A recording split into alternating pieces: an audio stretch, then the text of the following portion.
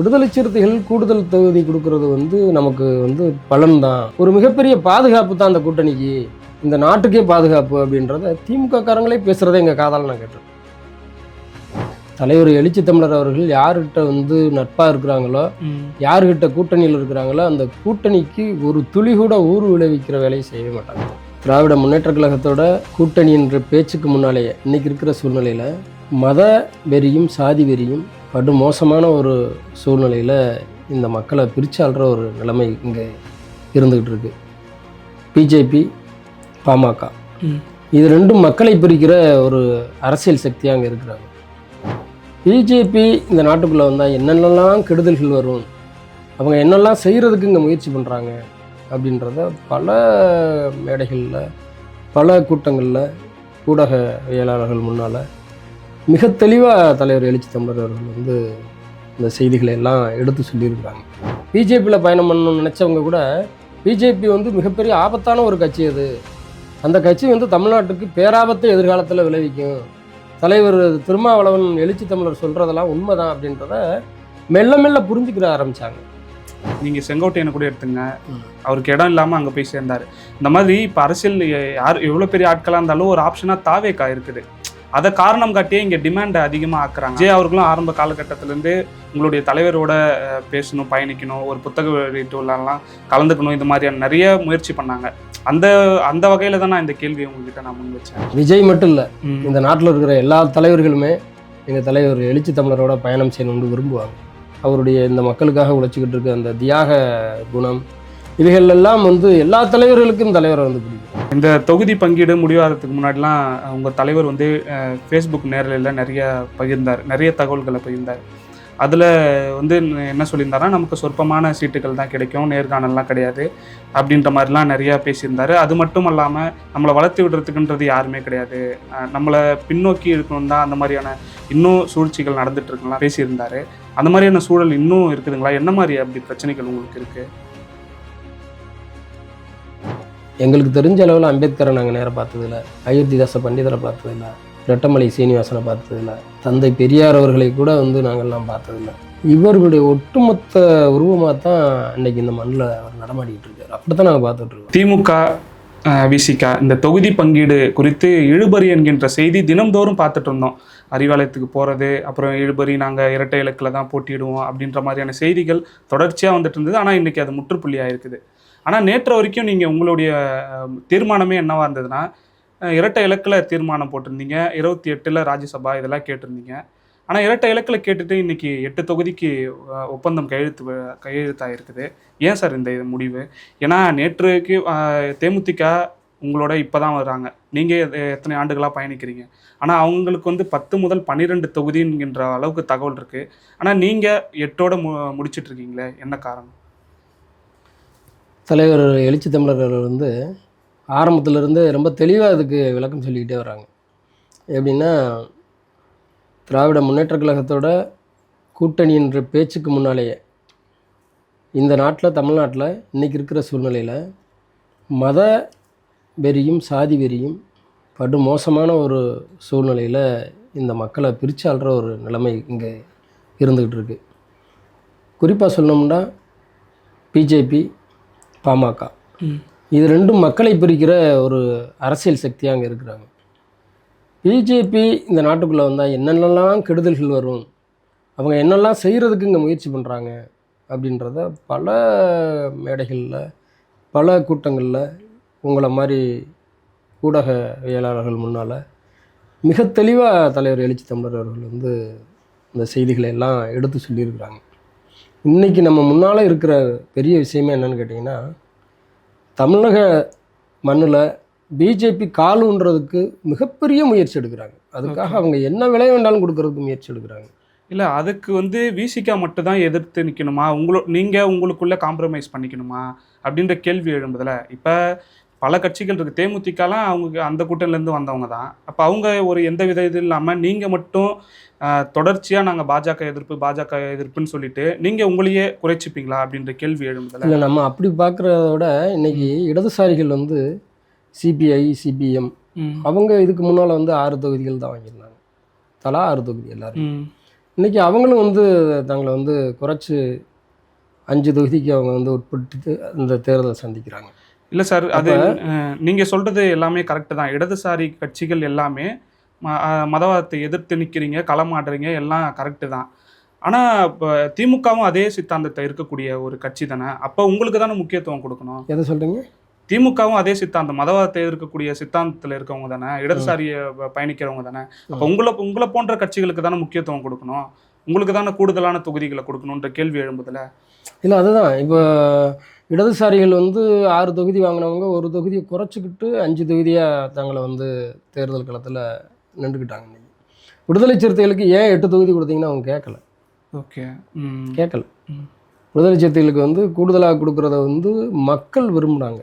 இன்றைக்கி யதார்த்தமான சூழ்நிலை தமிழ்நாட்டில் ஒரு சாதாரண டீ கடைக்கு போனால் கூட, நீங்கள் நான் விடுதலை சிறுத்தைகளோட நிர்வாகியாக பேசுகிறேன்றதை விட சாதாரண மக்கள், ஒரு கட்சியில் இருக்கிறவங்க, திமுகவில் இருக்கிறவங்க கூட குறிப்பாக சொல்லணும்னா, விடுதலை சிறுத்தைகள் கூடுதல் தொகுதி கொடுக்கறது வந்து நமக்கு வந்து பலன் தான்.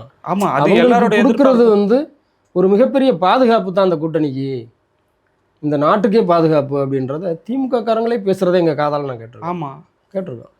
அதே மாதிரி மக்கள் வெகு மக்கள் பேசுனாங்க.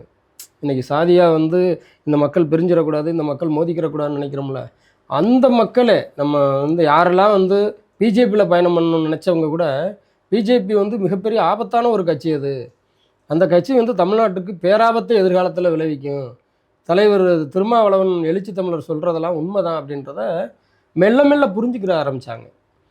புரிஞ்சுக்கிட்டு தான் தலைவர் திருமாவளவனுக்கு திமுக ஏன் சீட்டு கூடுதலாக கொடுக்கக்கூடாதுன்றதை இப்போ நீங்கள் கேட்குற கேள்வியை மக்கள் கேட்டாங்க, மற்ற கட்சிகளில் இருக்கிறவங்க கேட்டாங்க, குறிப்பாக திமுக காரங்களே கேட்டாங்க. இது யதார்த்தமான உண்மை, இது அரசியலுக்காக சொல்கிற வார்த்தை இல்லை, இது யதார்த்தமாக கீழே கிராமங்களில் பேசப்பட்ட வார்த்தை இது.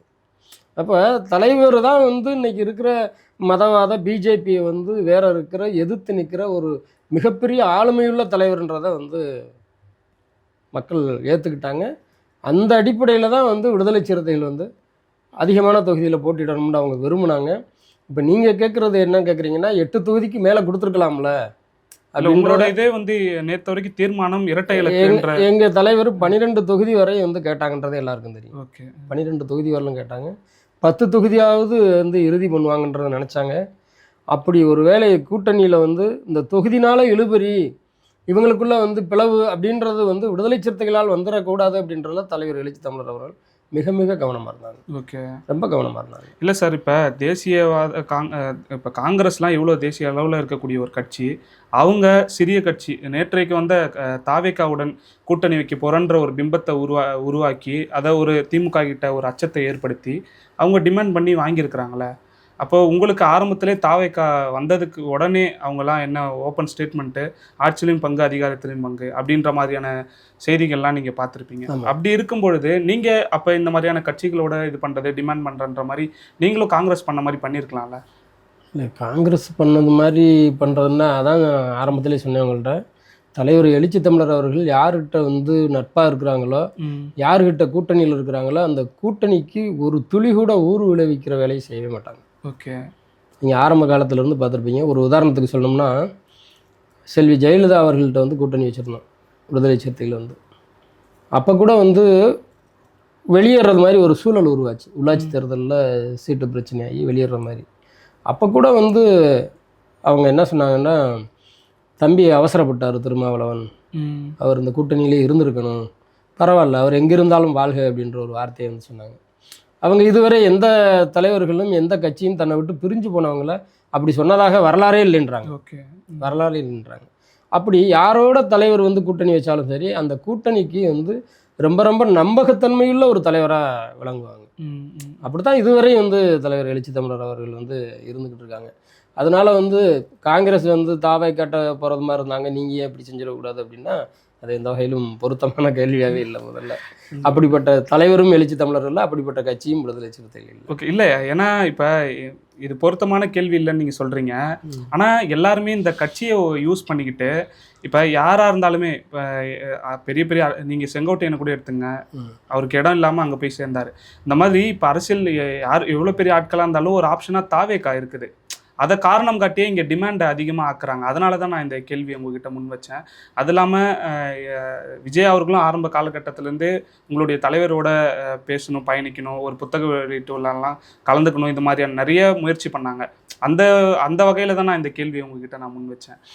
அது விஜய் மட்டும் இல்லை, இந்த நாட்டில் இருக்கிற எல்லா தலைவர்களுமே எங்கள் தலைவர் எழுச்சி தமிழரோட பயணம் செய்யணும்னு விரும்புவாங்க. அவருடைய நாகரிகம், அவருடைய கொஞ்சம் கூட அப்பளுக்கு இல்லாத அரசியல், அவருடைய இந்த மக்களுக்காக உழைச்சிக்கிட்டு இருக்க அந்த தியாக குணம், இவைகளெல்லாம் வந்து எல்லா தலைவர்களுக்கும் தலைவரை வந்து பிடிக்கும். ஓகே, அந்த அடிப்படையில் விஜய்க்கும் பிடிச்சிருக்கலாம், தலைவர் எழுச்சி தமிழரோட பயணம் பண்ணணும் அப்படின்ட்டு ஆசைப்பட்டிருக்கலாம். அது ஒன்றும் தவறும் கிடையாது. ஆனால் வந்து ஒரு கூட்டணியில் வந்து பயணம் செஞ்சுக்கிட்டு இருக்கப்போ அது தலைவரை அது மாதிரி மாற்றி சிந்திக்கக்கூடிய தலைவராக கிடையாது. மற்ற கட்சிகள் போல இல்லை. மற்ற தலைவர்களுக்கு இப்படி வாய்ப்பு கிடைச்சிருந்தா கண்டிப்பாக பயன்படுத்தியிருப்பாங்க. நீங்கள் சொன்னது மாதிரி பயன்படுத்தியிருக்கிற வாய்ப்பு இருக்குது. ஆனால் தலைவர் அப்படி சிந்திக்க மாட்டாங்க. இந்த மக்கள் எதிர்காலத்தில் பாதுகாப்போடு இருக்கணும், இந்த மக்கள் ஒற்றுமையோடு இந்த மண்ணில் வாழணும், அவங்களுக்கான அரசியல், மக்கள் அரசியலை இந்த மண்ணில் பண்ணணும் அப்படின்னு நினைக்கக்கூடிய ஒரு தலைவர். தனக்கான சுயநலத்துக்காகையோ நம்முடைய கட்சியை மட்டும் வளர்க்கணும் அப்படின்றது மாதிரி ஒரு எண்ணத்தில் தலைவர் சிந்திக்க மாட்டாங்க. சார், இப்போ தேமுதிக வருவதற்கு முன்பாக உங்களுடைய கூட்டணி ஒரு நல்ல பலமான கூட்டணின்னு தான் எல்லாருமே பேசிகிட்டு இருந்தாங்க. அப்போ மறுபடியும் தேமுதிக வராங்க. இப்போ பொதுவாக என்ன பேசப்படுதுன்னா, திமுக அவங்களுடைய அதிகாரத்திற்காக பல கட்சிகளை கூப்பிடுறாங்க, இந்த மாதிரியான இது ஒரு சரியானது அல்லன்னு சொல்லி பேசுகிறாங்களே சார், அதுக்கு உங்களுடைய பதில் என்ன சார்? இல்லை, ஏற்கனவே பலமான கூட்டணின்னு நீங்கள் சொன்னீங்க. தேமுதிகவில் வந்திருக்குன்னா கூடுதல் பலம் தானே. ஒரு சில பிரச்சனைகள் வருது. எல்லாரும் அப்போ புதிதாக ஒரு கட்சி வருன்னும் பொழுது நம்ம சீட்டுகளை கொஞ்சம் கம்மி பண்ணிக்கணும் அப்படின்ற மாதிரியான பேச்சுக்கள்லாம் எடுப்பட்டதில்ல. அதையும் பார்க்கணும்ல சார். சில நேரங்களில் வந்து எதிரிகளை வந்து வீழ்த்துறதுக்காக இது மாதிரி தியாகங்கள்லாம் செய்யத்தான் வேண்டியது இருக்கும். ஓகே, அது மாதிரி தான் இன்னைக்கு வந்து செஞ்சுருக்காருன்னு நினச்சிக்கணும் நம்ம. ஆனால் அவங்க அந்த நேற்று வரைக்கும் அந்த சைடில் இருந்தவங்க சார், அவங்க யாரோட பயணிச்சாங்கன்றது உங்களுக்கே தெரிய வரும். அப்போ அவங்க எந்த நோக்கத்துக்காக இப்போ நீங்கள் இல்லை, அவங்க நல்லவர்கள் இல்லை அப்படின்றத புரிஞ்சுக்கிட்டு நல்லவர்களோட கூட்டணி சேரணும்னு வந்திருக்கலாம். அதுதான் நடக்கும். இல்லை சார், தான் நம்ம இதை பார்க்கணும். உங்களை போன்ற ஒரு நல்ல ஒரு எப்படி சொல்கிறது, ஒரு சித்தாந்தம், முக்கியமான சித்தாந்தம், மக்கள் விடுதலை, அமைப்பாய்த்திருவோம், இந்த மாதிரியான பல்வேறு இதெல்லாம் முன் வச்சு நீங்கள் அரசியல் பண்ணிட்டு இருக்கீங்க. அந்த மாதிரி அந்த கட்சிகளுக்கெல்லாம் இருக்குதா? உங்களுடைய பார்வையில் என்ன சார்? தேமுதிக இருக்கு, அவங்களுக்குன்னு ஒரு கொள்கை இருக்கும்ல. அவங்களுக்குன்னு கொள்கை இருக்கும், அதை வச்சு திமுகவோட பயணம் செய்கிறாங்கன்னு சொல்ல வரீங்க? கண்டிப்பாக இருக்கும். ஓகே, அது அவங்களுடைய கொள்கை அவங்களுக்கு இருக்கும். விடுதலை சிறுத்தைகளுக்குன்னு ஒரு கொள்கை இருக்கும். ஒவ்வொரு கட்சிகளுக்கும் ஒவ்வொரு கொள்கை, ஒவ்வொரு நிலைப்பாடுகள் இருக்கும். அது அவங்களுடைய தனிப்பட்ட கொள்கை, தனிப்பட்ட அரசியல் நிலைப்பாடுகள். அது இந்த தொகுதி பங்கீடு முடிவாகிறதுக்கு முன்னாடிலாம் உங்கள் தலைவர் வந்து ஃபேஸ்புக் நேரலையில் நிறைய தகவல்களை பகிர்ந்தார். அதில் வந்து என்ன சொல்லியிருந்தாருன்னா, நமக்கு சொற்பமான சீட்டுகள் தான் கிடைக்கும், நேர்காணல்லாம் கிடையாது அப்படின்ற மாதிரிலாம் நிறையா பேசியிருந்தார். அது மட்டும் இல்லாமல் இன்னமும் நமக்கு சிரமமாக தான் இருக்குது பயணிக்கிறதுக்கு, நிறைய நம்மளை வளர்த்து விடுறதுக்குன்றது யாருமே கிடையாது, நம்மளை பின்னோக்கி இருக்கணும் தான் அந்த மாதிரியான இன்னும் சூழ்ச்சிகள் நடந்துகிட்ருக்குலாம் பேசியிருந்தார். அந்த மாதிரியான சூழல் இன்னும் இருக்குதுங்களா? என்ன மாதிரி அப்படி பிரச்சனைகள் உங்களுக்கு இருக்குது? தலைவர் சொன்னதை நீங்கள் கேட்டிருக்கீங்க. இது வந்து மக்களுடைய மனநிலையிலிருந்து அவற்றை வந்த வார்த்தைகள் இது பூராமே. ஓகே, மக்கள் வந்து உங்கள் தலைவர்கிட்ட சொன்னது, மக்கள்கிட்ட இருந்து வந்த மக்கள் மனநிலையை அறிஞ்சு தலைவர் சொன்ன வார்த்தைகள் இது பூராமே. ஓகே, எப்படின்னா, நம்ம வந்து இதுக்கு முன்னால் 6 சீட்டு வாங்கியது 4 தொகுதியில் வந்து வெற்றி பெற்றிருக்கோம், 2 தொகுதியில் தோல்வி அடைஞ்சிருக்கிறோம். மற்றவங்க அப்படி இல்லை, மற்றவங்களை விட நம்ம கூடுதலாக தான் வெற்றி பெற்றிருக்கோம். அப்படி பார்க்கும்போது அப்போ அங்கீகாரம் பெறாத நிலையில் அப்படி நம்ம பண்ணியிருக்கும்போது இன்றைக்கி அங்கீகாரம் பெற்றிருக்கோம் விடுதலை சிறுத்தைகள் வந்து. ஆமாம், தேர்தல் பாதைக்கு வந்த பிறகு இன்றைக்கி முதல் முறையாக வந்து விடுதலை சிறுத்தைகள் அங்கீகாரம் பெற்றிருக்கிறோம், தேர்தல் அங்கீகாரம். தேர்தல் அங்கீகாரம் பெற்ற பிறகு நமக்கு வந்து கூடுதலான தொகுதிகளை பெறுவதும், அந்த தொகுதிகளை பெற்று திருப்பி வந்து நம்ம அதில் அந்த தக்க வைக்கிறோம் அப்படின்னாக்க கூடுதலான வெற்றிகளை நம்ம பெறணும். இந்த அடிப்படையில் வந்து தலைவர் வந்து கூடுதலான தொகுதிகளை பெறணும்னு நினச்சத மாதிரி மக்கள்கிட்ட அந்த எண்ணங்கள் இருந்துச்சு. நாம் கூடுதல் தொகுதிகளை இந்த வட்டம் 20 சீட்டு வாங்கணும், 25 சீட்டு வாங்கணும், 10 தொகுதியாவது கடைசியாக வாங்கிடணும், நாம் வந்து அந்த தேர்தல் அங்கீகாரத்தை தக்க வச்சுக்கணும், நமக்கான பானை சின்னத்தை நம்ம தக்க வைக்கணும் அப்படின்றத கீழே சாதாரண அன்றாடம் கூலி வேலை பார்க்குற அந்த மக்கள்கிட்ட அந்த மனநிலை இருந்துச்சு. மக்கள் மனநிலை தெரிஞ்ச தலைவர் எழுச்சி தமிழர் அவர்கள். ஓகே. அவருடைய நாடிகள் முழுக்க வந்து மக்கள்கிட்ட தான் இருக்கும். ஒவ்வொரு நபரையும் சாதாரண கூலி வேலை பார்க்குறவங்கலேருந்து மிகப்பெரிய ஐஏஎஸ் அதிகாரிகள் வரை அத்தனை பேருடைய மனநிலையும் முழுசாக புரிஞ்சவர் தலைவர் எழுச்சி தமிழர். இது தெரிஞ்சு தான் இந்த கூட்டணிக்குள்ளே ஒரு சலசலப்பு வந்துடக்கூடாது அப்படின்றக்காக தான் அப்பப்போ நேரலைகளில் வந்து கட்சியினுடைய பொறுப்பாளர்களுக்கும் கட்சியினுடைய விசுவாசிகளுக்கும் இந்த செய்திகளை எல்லாம் சொல்லிக்கிட்டே வந்தார். ஒரு முரண்பாடான நிலை உருவாயிடக்கூடாது அப்படின்றதுக்காக தலைவர் ரொம்ப கவனமாக அதை கையாண்டாங்க. Okay sir. இப்போ ஆரம்ப காலகட்டத்தில் உங்களுக்கு வந்து மையமே இந்த வாக்கு அரசியல் என்பது கிடையாது உங்களுக்கு ஆரம்ப காலகட்டத்தில் விசிகாவிற்கு. இப்போ தேர்தல் அரசியலை நீங்கள் முன்னெடுத்து வந்துட்டு இருக்கீங்களா? இப்போ அந்த இது எப்படி சார் போயிட்டுருக்கு? நீங்களும் ஒரு மூத்த நிர்வாகி, அப்போலேருந்து பயணித்து இப்போ வரைக்கும் நீங்கள் இந்த இலக்கை எட்டியிருக்கீங்க, அதனோட இது எப்படி சார் இருக்குது? எங்கள் தலைவர் வந்து தேர்தல் பாதை இல்லாமல் 10 ஆண்டுகள் இந்த இயக்கத்தை வளர்த்தெடுத்தாங்க. அனைத்து கிராமங்களிலும் விடுதலை சிறுத்தைகள்ன்ற ஒரு இந்த மாபெரும் இயக்கத்தை வந்து வளர்த்தெடுக்கிறதுக்கு அங்கங்கே இளைஞர்களை வந்து உருவாக்கி அந்த இளைஞர்கள் மூலமாக ஒரு மிகப்பெரிய ஒரு கட்டமைப்பை வந்து உருவாக்குனாங்க. சிதறி கிடந்த அந்த மக்களை வந்து ஒரு திரட்டப்பட்ட அரசியல் சக்தியாக வந்து தலைவர் எழுச்சி தமிழர் அவர்கள் உருவாக்குனாங்க. எங்களுக்கு தெரிஞ்ச அளவில் அம்பேத்கரை நாங்கள் நேராக பார்த்ததில்ல, அயோத்திதாச பண்டிதரை பார்த்ததில்ல, ரெட்டமலை சீனிவாசனை பார்த்ததில்ல, தந்தை பெரியார் அவர்களை கூட வந்து நாங்கள்லாம் பார்த்ததில்ல. இவர்களுடைய ஒட்டுமொத்த உருவமாக தான் இன்றைக்கி இந்த மண்ணில் அவர் நடமாடிக்கிட்டு இருக்கார். அப்படி தான் நாங்கள் பார்த்துட்ருக்கோம். ஓகே. 10 ஆண்டுகள் வந்து உங்களில் எவனும் யோக்கியன் இல்லை, எங்கள் வாக்கு யாருக்கும் இல்லை அப்படின்ற முழக்கத்தோடு எங்களுடைய தலைவர் வந்து தேர்தல் நேரங்களில் வாக்குச்சாவடிகளில் போய் வாக்குகள் போட்டிருக்கோம். அப்படிப்பட்ட இயக்கத்தை வந்து விடுதலை சிறுத்தைகள் இன்றைக்கி தேர்தலில் பங்கெடுத்துருக்குறோம். தேர்தலில் 25 ஆண்டுகள் வந்து பங்கெடுத்து இன்றைக்கி ஒரு அங்கீகாரம் பெற அளவுக்கு இந்த கட்சியை வந்து தலைவர் எழுச்சி தமிழர் அவருடைய அயராத உழைப்பாலும் அவருடைய அறிவாலும் அறிவாற்றலாலும் இந்த இயக்கத்தை ஒரு மிகப்பெரிய இடத்துக்கு வளர்த்து கொண்டு வந்திருக்கிறாரு. புரட்சியாளர் அம்பேத்கர் அவர்கள் வந்து சொன்னது மாதிரி அரசியல் அதிகாரத்தை வென்றெடுப்பது தான் இந்த மக்களுடைய உண்மையான விடுதலையாக இருக்குன்றார். அவர் சொன்னார், எழுதினார், எல்லாமே செய்தார். அவர் செய்ய முடியாத எல்லாத்தையும் தலைவர் எழுச்சி தமிழர் அவர்கள் இன்றைக்கி செஞ்சிட்ருக்காரு. தேர்தல் பாதையின் மூலமாக அரசியல் அதிகாரத்தை வென்றெடுப்பதன் மூலமாக தான் இந்த மக்களுக்கான அதிகாரத்தை பெற்றுக் கொடுக்க முடியும் அப்படின்ற அந்த ஒரு நிலையில் அசைக்க முடியாத நம்பிக்கையில் தலைவர் எழுச்சி தமிழர் அவர்கள் கடமாடிக்கிட்டு இருக்கிறாங்க. சார், இப்போ நீங்கள் 8 தொகுதிகளை பெற்றிருக்கிறீங்க, 8 சீட்டுகளை பெற்றிருக்கீங்க. ஆனால் விடுதலை சிறுத்தைகள் கட்சினாலே வட மாவட்டங்களில் தான் ஒரு வலுவாக இருக்கக்கூடிய கட்சி அப்படின்ற பேசும் பொருளாகவே இருக்குது இப்போ வரைக்குமே. இந்த முறை எப்படி சார் நீங்கள் தேர்தல் களம் காண போகிறீங்க? தென் தமிழகத்தில் தேர்தல் தொகுதிகளை கேட்டு என்ன மாதிரி சூழல் இருக்கும்? அந்த பேச்சுகளை நீங்கள் எப்படி முறியடிக்க போகிறீங்க? அந்த மாதிரியான சாத்தியக்கூறுகள்லாம் இருக்குதுங்களா? விடுதலை சிறுத்தைகள் அப்படின்ற அந்த முதல் விதையே வந்து மதுரையிலிருந்து தான். தலைவர் எழுச்சி தமிழர் அவர்கள் போட்ட அந்த விடுதலை சிறுத்தைன்ற முதல் விதை தான் இன்றைக்கி தமிழகம், இந்தியா, உலகம் என்று பரவி ஒரு மிகப்பெரிய ஒரு இயக்கமாக, கட்சியாக இன்றைக்கி வந்து உலகத்தில் இருக்கிற அத்தனை தமிழர்களும் மக்களும் உற்று கவனிக்கிற அமைப்பாக உருவாயிருக்கு. வட மாவட்டங்களில் சென்ற முறை 6 தொகுதிகளில் போட்டிட்டாங்க, 4 தொகுதியில் வெற்றி பெற்றிருக்கிறோம். தென் தமிழகத்தில் கூட்டணி தலைமை கொடுக்கல. ஓகே. இன்றைக்கி அப்படி இல்லை. தலைவர் எழுச்சி தமிழர் அவர்கள் வந்து மதுரை சோழவந்தான் தொகுதியும் தேனி பெரியகுளம் தொகுதியும் கேட்டிருக்கிறாங்கன்ற தகவல் வருது. ஓகே. அப்படி கேட்குறப்ப தென் மாவட்டங்களில் இருக்கிற விடுதலை சிறுத்தைகளுக்கும் தென் மாவட்ட மக்களுக்கும் ஒரு அரசியல் அங்கீகாரம் தலைவர் எழுச்சி தமிழர் அவர்கள் பெற்று கொடுப்பார்கள் என்கிற நம்பிக்கையோடு தான் நாங்கள் எல்லாருமே இருக்கோம். தலைவர் அதுக்கான கடுமையான முயற்சியை எடுத்துக்கொண்டிருக்கிறார். ஏன் சார் அந்த அளவுக்கு அந்த சைடில் நீங்கள் போட்டிட்டிங்கன்னா அது முக்கியமானதுன்னு எப்படி எதுக்கு பார்க்குறீங்க? ஏன் அப்படி ரொம்ப தென் தமிழகத்தில் போட்டிகிட்டே ஆகணும் அப்படின்னா இல்லை முக்கியம்? அதான் யதார்த்தமாகவே வந்து தென் தமிழகத்தில் விடுதலை சிறுத்தைகள் பலம் இல்லாமல் இருக்குது அப்படின்ற மாதிரி ஒரு தவறான ஒரு செய்தி வந்து இருக்குது. அதில் இப்போ உங்களுக்கு வாய்ப்பு கிடைச்சதுன்னா நீங்கள் அதை முறியடிச்சு காமிப்பீங்க. கண்டிப்பாக விடுதலை சிறுத்தைகள் தென் தமிழகத்தில் ஒரு மிகப்பெரிய சக்தியாக தான் இருக்கிறோம். தலைவர் எழுச்சி தமிழர் அவர்கள் எங்களை எல்லாம் அப்படி தான் வளர்த்துருக்காரு. அப்படி வளர்க்கப்பட்ட இயக்கம் தான் வந்து வட மாவட்டங்களில் பரவி ஒரு மிகப்பெரிய அரசியல் சக்தியாக அன்னைக்கு உருவாயிருக்கிறோம். ஓகே, அங்கே ஆரம்பிச்சது தான் இங்கே வந்து அங்கே ஆரம்பித்தது தான் இங்கே வந்து எவ்வளோ பெரிய அரசியல் சக்தியாக நம்ம தலைவர் எழுச்சி தமிழர்கள் உருவாக்கியிருக்கிறாரு.